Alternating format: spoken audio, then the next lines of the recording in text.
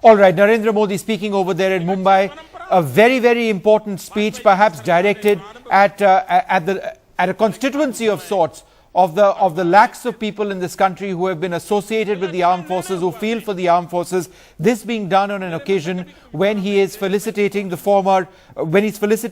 Mangeshkar on the 51st anniversary of Ae Mere Watan Ke Logo, which was sung by her shortly after the 1962 war and the disaster of the 62 war, when Pandit Nehru cried when he heard her sing that. But Modi's speech is significant. Joining me to discuss some of the main points mentioned so far, NDTV's Rahul Srivastav. Rahul, perhaps the most important point that he mentioned so far, he said that creating a war memorial is important. Ye acha kaam mere naseeb mein hai. Clearly indicating that, look, it's going to come on my shoulders and I'm going to do it. Here is a man who just said that he sees himself being the next Prime Minister of the country. It's likely to happen. Yes, Vishnu, you have covered defense forces for a very long time and you know what a large vote bank that is. It has always had a very crucial impact on elections, and this is the second such effort I've seen, because there was a rally in Rewari earlier last year when Narendra Modi had shared the stage with the army officers, ex-army officials and others. But if you look at it, he has turned the entire event of a felicitation of Indian Nightingale Lata Mangeshkar into an event which is totally political in character. And if you see from the beginning, it has amazing level of what you call a cocktail of emotive appeals. He first is talking about in some kind of a appropriation of Lata Mangeshkar. That song which is remembered by the old and young. Then he comes down to the defense forces. He talks about the proxy war. He involves Pakistan in it, how the beheading incident on which the UPA government was silent. And then he talks about China launching cyber war. And then he comes down. Eventually, I think the most significant point which I realize is that could be the impact of the surveys which have been there in the past, the pre-poll surveys which have been around, that there is a possibility that the BJP may be doing very well. And that is why this is the first time I'm hearing Narendra Modi actually say that ye mere naseeb mein hoga. That there is a possibility now that eventually I will be fulfilling this task. So he has perhaps moved from the level in which he was appealing, give me 61 months, I will do this, to a point in which he is saying, perhaps it is me who's going to do this. It's almost inevitable in the way that he was speaking. He seemed to indicate that it's inevitable that I'm going to be the person up next, that this responsibility is going to fall on me, that responsibility setting up a war memorial. But that's just perhaps symbolic of what he's trying to talk about. I'm going to get some more reactions now. Joining me, Shaina NC, spokesperson of the BJP. Also with me now, Sanjay Jha of the Congress. Sanjay and Shaina, we were meant to be discussing something different. We'll get to that in a moment, but I need to get in some quick reactions because this is an important speech, Sanjay. It appears that Narendra Modi is targeting a massive constituency and talking about patriotism, nationalism and pride in the armed forces. Was this not a political speech that you were hearing? Can I be very honest with you, Vishnu, but what I heard, bits of it on your channel, is a monumental shame, and I'll tell you why. Because when the great song was first sung by Lata Mangeshkar ji, for whom we have the highest respects, not just because she is a recipient of Bharat Ratna, but she is actually embodies the great ethos of India, and she's completely free to have her political preferences. But this song was sung for the soldiers who died for India in the war against China, the martyrs who died for India. And here you have a man who is today exploiting this very sensitive moment politically. And I'll give you two reasons for that. I've heard people celebrate for, 25 years and 50 years. Isn't it very awkward that in the 50th year of the song, which was last year, Mr. Modi was very conspicuous by his absence. But in the 51st year, because it happens to be the election year, he's masterminded this occasion of great sobriety and solemnity for his extremely narrow-minded political agenda. Okay, as let a me get citizen of China India, NC not to just react as a to that. Congress spokesperson, I think it's Sanjay a Jha monumental makes shame. the point. And by the way, one more point. Yes. One more point, Vishnu. He's a man who presided over the most horrific massacres in post-independent India, and the only one which has been state-sponsored where 2,000 died, China, almost equivalent to the number of China people who died for respond to India that. in the war against the Chinese. China, respond to that. Go ahead. I don't understand the Congress party and its insecurity with anything and everything that Narendra Modi ji does. Today, whether You will it's never him understand the Congress party, instilling don't worry. a sense of pride in our... I didn't interrupt you. Now you please stay quiet and listen to me. When we talk about the defense forces and we talk about instilling That's a my sense of prerogative, pride but I will in our exercise my defense force, discretion. and when we talk about all these various incidents that have happened in India, whether it's the beheading of our soldiers, whether it's the lack of so-called national pride that we have instilled, I think that this is a phenomenal speech. As an Indian, I feel proud, and as an Indian, I feel proud that we have our armed forces who we have sometimes taken for granted, who we have sometimes forgotten. And I think it's absolutely wonderful that a legend like Lata Mangeshkar ji, who is not only known for her contribution to the music fraternity, but especially with a song which reminds all of us of 1962. And when she talks about a beautiful song such as this and says it to a platform of lakhs and lakhs of proud Indians, I don't think we need to read any kind of political connotation to it. Let's understand that that as a country and as a nationality, Shaina, we let need me to just put remind that question to ourselves Anil of the Dharkar. lakhs of people who Mr. are Dharkar, fighting, you know, just who are recently, fighting for our pride. Shaina, I'll come on back the to you. We've got borders. plenty of time because he's raised a lot of important points. Mr. Dharkar, just recently, Narendra Modi was seen in the company of Salman Khan. He is now seen in the company of Lata Mangeshkar. Is this also perhaps part of a strategy, a political strategy of being seen among people who have a real bearing in this country in terms of their popularity, in terms of their mass appeal, and Narendra Modi as the prime ministerial candidate of the BJP being seen with them? Is that also perhaps part of a strategy? Mr. Dharkar, your views? Well, first of all, I must thank you for bringing us to the studio and in a sense making us prisoners of the studio while we listen to a true demagogue, not a true democrat, but I'm repeating myself, a true demagogue. In a sense, I'm very glad I listened to the speech because I see that our country is going to face the utmost dangers from somebody who, if he becomes the prime minister, is going to use every opportunity to twist emotions, to take something which is sanctified, like you know, the sacrifice of our soldiers, and use it for narrow political ends. This song was sung at a very emotional moment, as you mentioned earlier in your introduction. Yeah.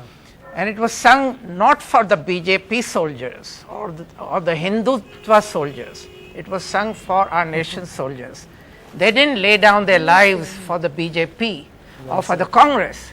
They laid down their lives for the nation.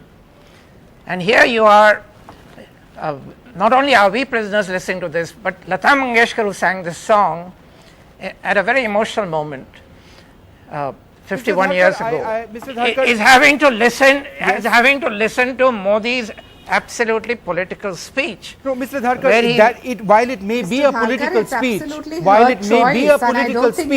I'm not sure, Mr. Dharkar, whether we can as easily say that this was directed at, you know, individuals who are perhaps pro-BJP. When it comes to national soldiers or our armed forces, it goes across party lines. It goes across the nation. The Jawan appeals to everybody. Sure. Right? May I say something, Vishnu? Yeah. Shaina, but you know, Shaina, just a moment, Mr. Dharkar, go ahead, and then Shaina and Sanjay will come to you. Yeah. What I can say is that Narendra Modi is also a very, very clever man, because this is, as Sanjay Jai mentioned, not the 50th anniversary of the song, it's the 51st anniversary. And you normally never celebrate the 51st anniversary, but he's doing it because there is political mileage out of it. The fact that he got Salman Khan, who's one of our leading actors and a Muslim, to endorse him in a way. Then he gets Lata Mangeshkar, who is a huge figure again, and a Hindu, to endorse him, the Nightingale of India. So he's playing a very, very clever political game. and he's outsmarting the Congress, and you know, Sanjay Jha, you better see that, because at every step, all right, Narendra Modi is I'm interrupting outsmarting now, it. and Shaina, I will come to you. Sanjay, you too. DP Tripathi is also with us, Rajya Sabha MP of the NCP. Mr. Tripathi, is this not a very, very carefully chosen occasion to spread a very deliberate political message? Do you see this as being anything but a politically driven agenda as far as Mr. Modi is concerned? Thank you very much that you finally remembered me. See, I entirely agree with Mr. Dharkar. Forget about the speech. The basic direction of the speech is really wrong. Politicization of the glorious sacrifice of valiant soldiers, which is the greatest emotional national asset of any community, is something which is condemnable. This should not be done, especially at a solemn occasion when we are celebrating the 51st year of that famous song. It is not merely an insult to the spirit of the nation, but also an insult to the great tradition of sacrifice, and also it is an insult to one of our great singers of our time and the Nightingale of India, Lata Mangeshkar.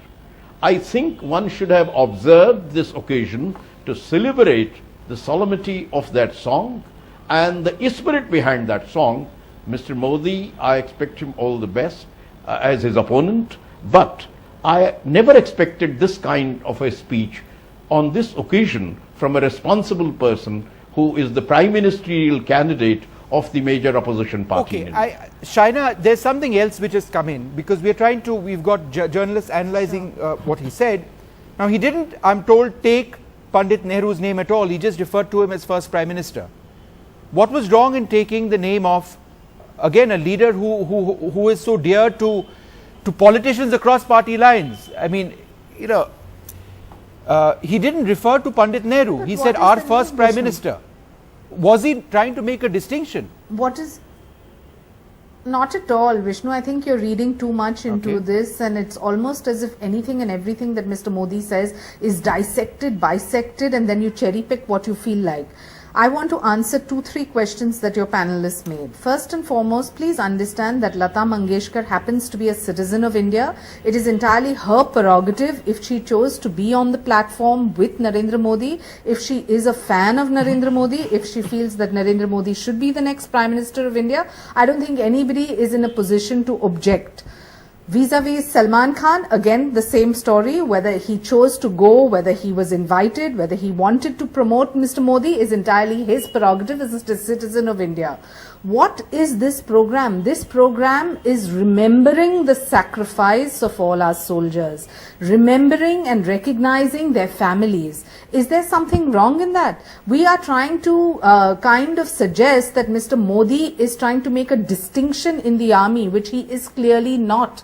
We are saluting every single family of our army officers and their families who have fought for us valiantly and who have given their lives to us. The irony of the situation is, if you recognize, you are trying to politicize it. If you do not recognize, you are too arrogant about it. I don't understand this kind of insecurity vis-a-vis anything and everything that Narendra Modi ji does. Point taken, and I think Sanjay that we need to understand as a nation, this is the time to salute and recognize that we are safe today because of the human service done by the families of all these people. Shouldn't we be saluting our forces on a daily basis? Why do we need today to salute them?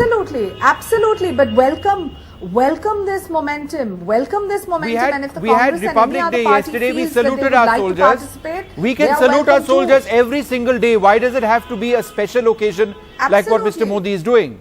Absolutely, but that's exactly my point. Request every political party to do the same. Instead of having our soldiers General beheaded Malik, and then the army chief who led us to victory in the Kargil war is to over there as well. Prime Shaina, one moment, Shaina, I need to get my other panelists in. You made important points. But Sanjay Jha, Vishnu, I have only there's one a former sentence to army say. chief I have over one there. sentence 1 to minute, ask. Mr. Tripathi, I need to bring in Sanjay Jha over here. There's a former army chief over there who's also being honored, right? Isn't Narendra Modi essentially stealing the march on a very important constituency over the Congress party?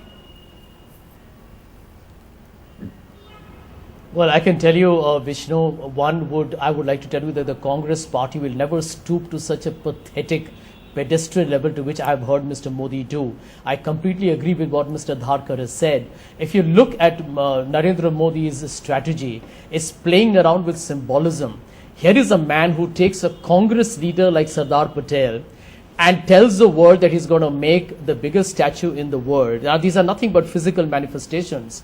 And he doesn't tell his own people, he doesn't tell the people of India that Sardar Patel banned the RSS, which is the high command in Nagpur that has appointed him as the Prime Minister designate, because Sardar Patel believed that it was the RSS's hate campaign that led to the assassination of Mahatma Gandhi. The father did he talk about that today? Now, I didn't hear him say that. What the point, Vishnu, that you're hearing?